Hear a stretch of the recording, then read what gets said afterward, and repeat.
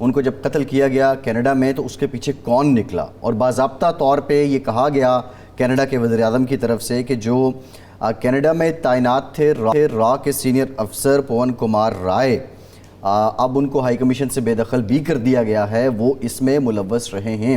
اور ارشاد صاحب ابتدائی میں بھی ہم نے ذکر کیا تھا، ایک سیریز نظر آتی ہے پچھلے 18-20 مہینے میں کہ جو مخصوص لوگ ہیں جن کا تعلق خالصتان تحریک سے ہے وہ انہونی اموات کا شکار ہوتے رہے ہیں، لیکن جسٹن ٹروڈو کا یہ سٹیٹمنٹ دینا اور انڈیا جو اپنے آپ کو پریزنٹ کرتا تھا G20 میں بھی، برکس میں بھی، ویسے بھی، اور اپنی سفارتکاری کا پرچار کرتا تھا، آپ نہیں سمجھتے کہ یہ ایک بہت بڑا دھچکا ہے اور اس نے ایکسپوز کر دیا ہے مودی کا جو سیکولرزم ہے، یہ جو ڈیموکریٹک نارمز کا وہ پرچار کرتا ہے؟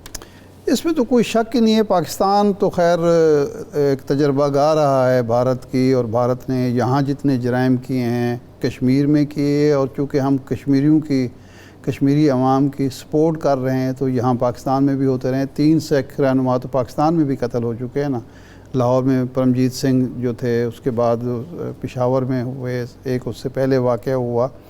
تو یہ اس کا پرانا طریقہ واردات ہے، وہ کہیں بھی ہو کوئی اس کا دشمن وہ اس کا پیچھا کرتا ہے، اور وہ نہ تو بین الاقوامی قوانین کی کوئی پرواہ کرتا ہے، نہ سفارتی آداب کا خیال رکھتا ہے، اور وہ اس کو من مانی کرنے کی عادت ہے، اور یہ عادت اس کو اس لیے ہے اور پختہ اس لیے ہوتی جا رہی ہے کہ عالمی برادری نے کبھی سیریسلی ان چیزوں کا نوٹس ہی نہیں لیا۔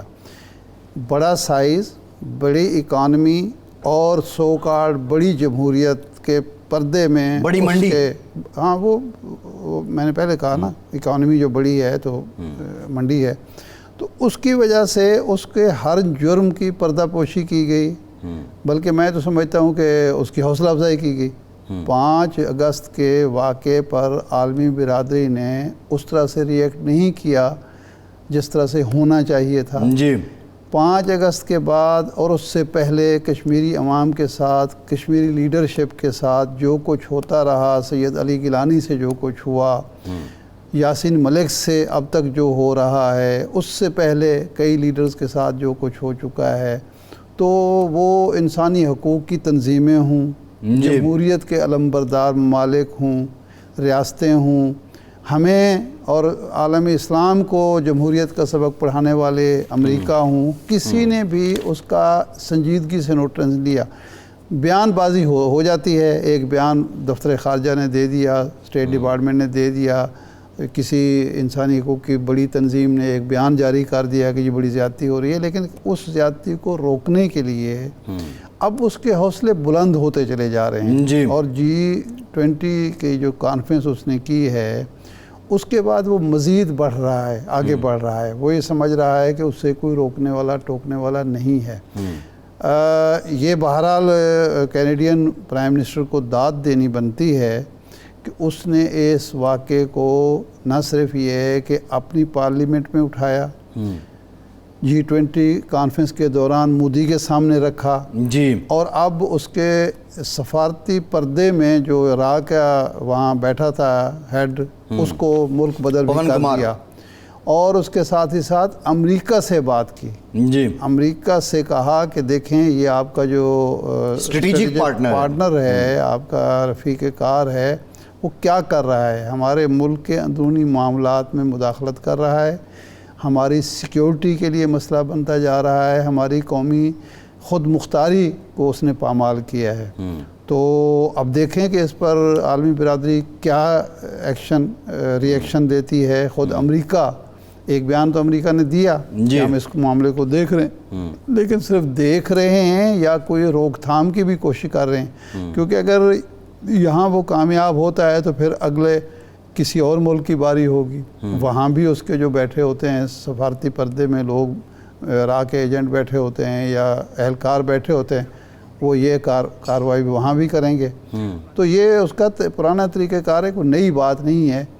پہلے یہ تھا کہ پاکستان یہ بات کرتا تھا اور کوئی توجہ نہیں دیتا تھا، اب ان ممالک کو، کینیڈا جیسے ملک کو بھی یہ احساس ہوا ہے کہ یہ جو معاملہ ہے، لیکن رٹائی دیکھیں نا کہ جب کینیڈا نے اس کے اہلکار کو نکالا تو بجائے اس کے کہ اپنے جرم کا اعتراف کیا جائے یا معذرت کی جائے یا کینیڈا کے سامنے وضاحت رکھی جائے، کینیڈین ہائی کمشنر کو دہلی میں دفتر خارجہ میں بلایا جاتا ہے اور اس کو کہا جاتا ہے کہ جی آپ لوگ زیادتی کر رہے ہیں، اور عین ممکن ہے کہ جواباً کسی اہلکار کو وہاں سے نکال بھی دیا جائے. تو یہ ایک ڈھٹائی ہے اس کی، اور لیکن وہ اکیلا نہیں ہے، اس کی اس ڈھٹائی کو پروان چڑھانے میں جو بڑی طاقتیں ہیں، سو کارڈ جو عالمی برادری ہے، وہ بھی برابر کی شریک ہے. اچھا ارشاد صاحب، ایک اہم نقطہ یہ بھی ہے، یہ ڈیولپمنٹس ہوئیں، اب جب یہ ایکسپوز ہوا، ایک تو پہلو یہ ہے پاکستان کے لیے بھی سفارتی سطح پہ ایک بہت بڑا موقع ہے کہ اس کا موقف جو اس نے سالوں سے اپنایا ہے اس کی تائید ہوئی ہے، کینیڈین پرائم منسٹر نے کی ہے، اور پاکستان اب اس کو سفارتی سطح پہ کیسے پلے کرتا ہے. نہیں دیکھیں نا، ایک بہترین موقع ہمیں مل رہا ہے کہ وزیر اعظم ہمارے اس وقت نیو یارک میں ہیں. ہاں، یو این جنرل اسمبلی میں ان کا خطاب ہونا ہے. وہ مختلف سربراہان حکومت اور ریاست سے مل رہے ہیں، ان کی ملاقاتیں طے ہیں. وہ مختلف عشائیوں ڈنرز میں اور لنچ میں شریک ہو رہے ہیں. تو نہ صرف وہ ان سربراہان کے سامنے یہ ایشو اٹھائیں کہ دیکھیں اس ملک کے حوصلے کتنے بڑھ گئے ہیں، بلکہ ان کو یو این جنرل اسمبلی میں کھڑے ہو کے اس واقعے کا، اس معاملے کا حوالہ دینا چاہیے. ان ریلیونس ود کشمیر ایون. ہاں، کشمیر کے حوالے سے کہ دیکھیں یہ کشمیر کے معاملے پر آپ نے توجہ نہیں دی، اس کو نظر انداز کیا، آپ نے چشم پوشی کی. نتیجہ یہ ہے کہ اب آپ کا ایک عالمی برادری کا ایک اہم رکن جو ہے کینیڈا، جس کا کوئی تنازع نہیں ہے انڈیا کے ساتھ، جو ایک دوست ملک ہے اس کا، اس کی جو قومی خود مختاری ہے وہ پامال ہو رہی ہے. جی. یہ اس قدر ایک متکبر ملک ہے، اس قدر عالمی اور سفارتی آداب کا منافی رویہ رکھنے والا ملک ہے کہ اس پر وزیر اعظم ٹروڈو جو ہیں وہ بھی سراپا احتجاج ہیں. تو یہ ایک بہترین موقع ہے جس کا ہمیں فائدہ اٹھانا چاہیے اس موقع سے. بالکل ٹھیک ہے. ارشاد صاحب ایک بریک لیتے ہیں، بریک کے بعد واپس آئیں، گفتگو کا سلسلہ یہیں سے جوڑیں گے، ہمارے ساتھ رہیں.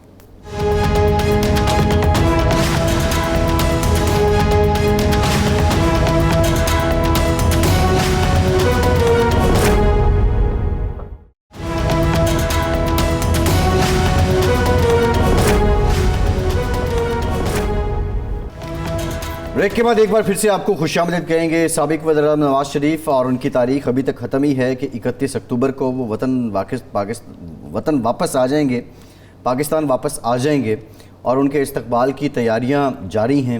مریم نواز صاحبہ، حمزہ شہباز صاحب سر جوڑ کر بیٹھے ہیں، 10 لاکھ لوگ اکٹھے کرنے ہیں. اب ارشاد صاحب یہ جو پلان چینج ہوا ہے، فیصلہ ہوا ہے کہ کچھ اکابرین اور پارٹی کے لوگ میاں صاحب کا استقبال کریں گے لاہور ایئرپورٹ پر، اور پھر اس کے بعد میاں صاحب مینار پاکستان پر جلسے سے خطاب کریں گے. 10 لاکھ لوگ آ جائیں تو پھر تو مینار پاکستان پہ ارشاد صاحب بہت بڑا جلسہ ہو جائے گا. اگر 10 لاکھ لوگ نہ آئے، بندے کم ہو گئے، تو مینار پاکستان کا جو گراؤنڈ ہے اس کا پیٹ بھرنا ارشاد صاحب آپ سمجھتے ہیں کہ وہ آسان ہے؟ اور یہ وجہ کیا ہے پلان اگر بدلا جا رہا ہے؟ تو دیکھیں 2-3 چیزیں نظر آ رہی ہیں. اکرم شیخ صاحب باوجود وہ اس پر قانونی رائے نہیں دینا چاہتے تھے. پہلی بات تو یہ ہے کہ میاں صاحب کو ضمانت ملی تھی اسلام آباد ہائی کورٹ سے، وہ جس پہ فاضل جج نے یہ کہا تھا کہ اس وقت کے جو سرکاری وکیل تھے کہ جی آپ زندگی کی ضمانت دیں ورنہ ہمیں اجازت دیں کہ ہم ان کو ضمانت دے سکیں. وہ آرگومنٹ کر رہے تھے نا کہ جی ان کو سزا ہو چکی ہے تو ان کی کیسے ضمانت؟ غالباً اس وقت چیف جسٹس اسلام آباد ہائی کورٹ اطہر من اللہ صاحب تھے، ان کی عدالت تھی. ہاں، تو زندگی کی ضمانت مانگی جا رہی تھی. بہرحال پھر ان کی ضمانت ہو گئی. پھر ضمانت ہونے کے بعد بھی چونکہ وہ ان کو سزا ہو چکی تھی تو وہ ملک سے باہر نہیں جا سکتے تھے. تو اس کے لیے پھر لاہور ہائی کورٹ میں کیس چلا، اور وہاں حکومت اس وقت کی حکومت نے کہا کہ جی آپ چونکہ فلاں کیسز میں آپ پر جرمانے بھی ہو چکے ہیں تو 7 ارب کا مچلکہ جمع کرائیں. وہ خیر عدالت، آپ کو پتہ ہے کہ عدالتیں ہمیشہ جو ملزم ہوتا ہے یا مجرم ہوتا ہے اس کے لیے مادر مہربان ہوتی ہیں. تو اس وقت مادر مہربان کا کردار ادا کیا. ان کی ہمدردی ظاہر بات ہے اس آدمی کے ساتھ ہوتی ہے جس کے خلاف اسٹیٹ کھڑی ہوتی ہے یا جو سزا یافتہ ہوتا ہے, سزا جس کو ہونے والی ہو یا ہو. تو اس لیے وہ پھر 50 روپے کا جو اسٹامپ تھا شہباز شریف صاحب کا, ان کی وہ ملک سے باہر جانے کی اجازت مل گئی. اب یہ کوئی قانون دان ہی بتا سکتا ہے کہ وہ ضمانت برقرار ہے یا وہ ختم ہو چکی ہے. ایک بات چونکہ ایک نہیں, وہ تو چار ہفتے کی ضمانت نہیں تھی ارشاد صاحب. نہیں, میرا خیال ہے 4 ہفتے کی نہیں تھی. وہ یہ تھی کہ جب انہوں نے جو گارنٹی دی تھی یا انڈر ٹیکنگ تھی وہ یہ تھی کہ جب بھی ان کا علاج مکمل ہوگا, شہباز شریف صاحب نے لکھا تھا, وہ واپس آ جائیں گے. اچھا, یہ تھا. 4 ہفتے کی ضمانت تھی اسلام آباد ہائی کورٹ سے نا. یہ میرا یہاں سے جو ان کو اجازت ملی تھی باہر جانے کی وہ یہ تھی کہ جب علاج ان کا مکمل ہوگا. صحیح ہے, ٹھیک ہے نا. چونکہ ایک درپردہ مفاہمت کے نتیجے میں وہ جا رہے تھے تو حکومت نے بھی پھر ان کے خلاف کوئی چارہ جوئی نہیں کی. حکومت نہیں گئی کہ جناب وہ واپس نہیں آ رہے ہے. جو ہے آخری دنوں میں انہوں نے کوشش کی تھی. اب یہ ہے کہ ضمانت اگر تو موجود ہے تو پھر تو وہ آئیں گے, اور وہ اس ضمانت کی موجودگی میں اگر وہ ختم ہو چکی ہے تو پھر یہ سوال ہے قانونی کہ کیا وہ اسلام آباد ہائی کورٹ میں سرنڈر کریں گے یا لاہور ہائی کورٹ میں سرنڈر کریں گے. ایک سوال. دوسرا یہ ہے کہ کیا عدالت فوری طور پر ان کو ایک بار پھر ضمانت لے لے گی, کیونکہ اب وکیل سرکار تو مخالفت نہیں کریں گے ان کی ضمانت کی. حالات بدل چکے ہیں تو ان کی ضمانت ہو جائے گی جس طرح جناب اسحاق ڈار صاحب کی ہوگی. فرق یہ ہے کہ اسحاق ڈار صاحب جو تھے سزا یافتہ نہیں تھے. میں نے آپ کو وہ ایک مثال دی تھی بھٹو صاحب, مرتضیٰ بھٹو کی. وہ جب آئے تھے تو ان کی تو گرفتاری ہوئی تھی. گرفتاری کے بعد پھر جا کے وہ ایک پروسیس کے بعد, لیکن شاید غالباً اسی نقطہ نظر سے وہ پلان بدلا گیا ہے کہ اگر قانونی پوزیشن یہ ہو کہ انہیں عدالت جانا ہو اور یہ سارا جلوس جو ہے وہاں اکٹھا ہو جائے تو پھر بڑا مشکل ہو جائے گا عدالت پہنچنا. تو اس کا مطلب ہے کہ خود جو میاں نواز شریف صاحب اور مسلم لیگ کی قانونی ٹیم ہے وہ بھی یہ سمجھتی ہے کہ میاں صاحب کو لاہور ایئرپورٹ پر اترنے کے بعد کسی نہ کسی عدالت میں جانا پڑے گا, عدالت سے رجوع کرنا پڑے گا, اس لیے لوگوں کو وہاں نہیں بلایا گیا. ایک تو وجہ یہ نظر آتی ہے. دوسری وجہ یہ بھی نظر آتی ہے کہ جی وہ استقبال, وہ اگر ایسا کوئی ٹائم پہ وہ پہنچتے ہیں, لوگ تقسیم ہو جاتے ہیں ایئرپورٹ سے, پھر کتنے لوگ جلسہ گاہ پہنچیں گے, کتنے اپنے گھروں کو روانہ ہو جائیں گے. وہ ایک 10 لاکھ بندہ لے کے ایئرپورٹ سے تو مینار پاکستان پہنچنے میں 10 دن لگ جائیں گے. نہیں 10 دن تو نہیں لگیں گے. محترم بینظیر بھٹو کا شام تک پہنچ گیا تھا نا. نہیں, وہ 10 لاکھ لوگ تھے اس وقت. دعوت تو اس وقت یہی کیا گیا تھا کہ 10 لاکھ ہیں. وہ جب جلسہ بینظیر صاحبہ اتری تھیں اور مال روڈ پہ انہوں نے خطاب کیا تھا, انہوں نے کہا 10 لاکھ لوگ ہیں.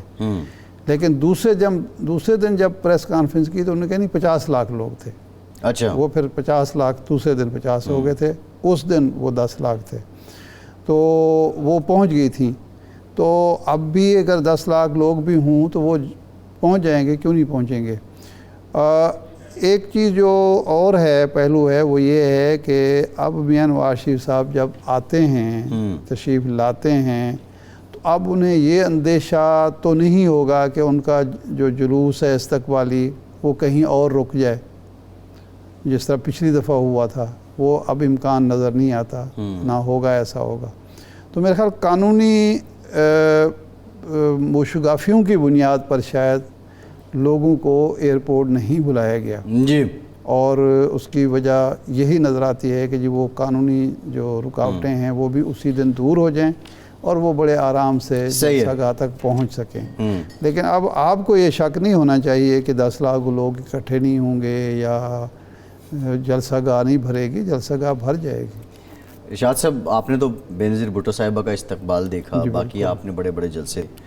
ہم نے یہ جو جرنلزم کے دوران اگر کچھ دیکھا تو وہ 10 لاکھ سے طاہر القادری صاحب کا جو پیپلز پارٹی کے دور میں انہوں نے کیا تھا ملین مارچ, تو وہ اسلام آباد جو ہی پہنچے تو نہیں جلسہ بھی پہلے انہوں نے جلسہ کیا, بہت بڑا جلسہ تھا. جلسہ بڑا تھا. اس سے پہلے بھی ایک جلسہ ہو چکا تھا اکتوبر کا, اس کے بعد ان کا ہوا, وہ بھی بڑا جلسہ تھا, اس میں کوئی شک نہیں. وہ قادری صاحب نے یہ کہا تھا کہ مبارک ہو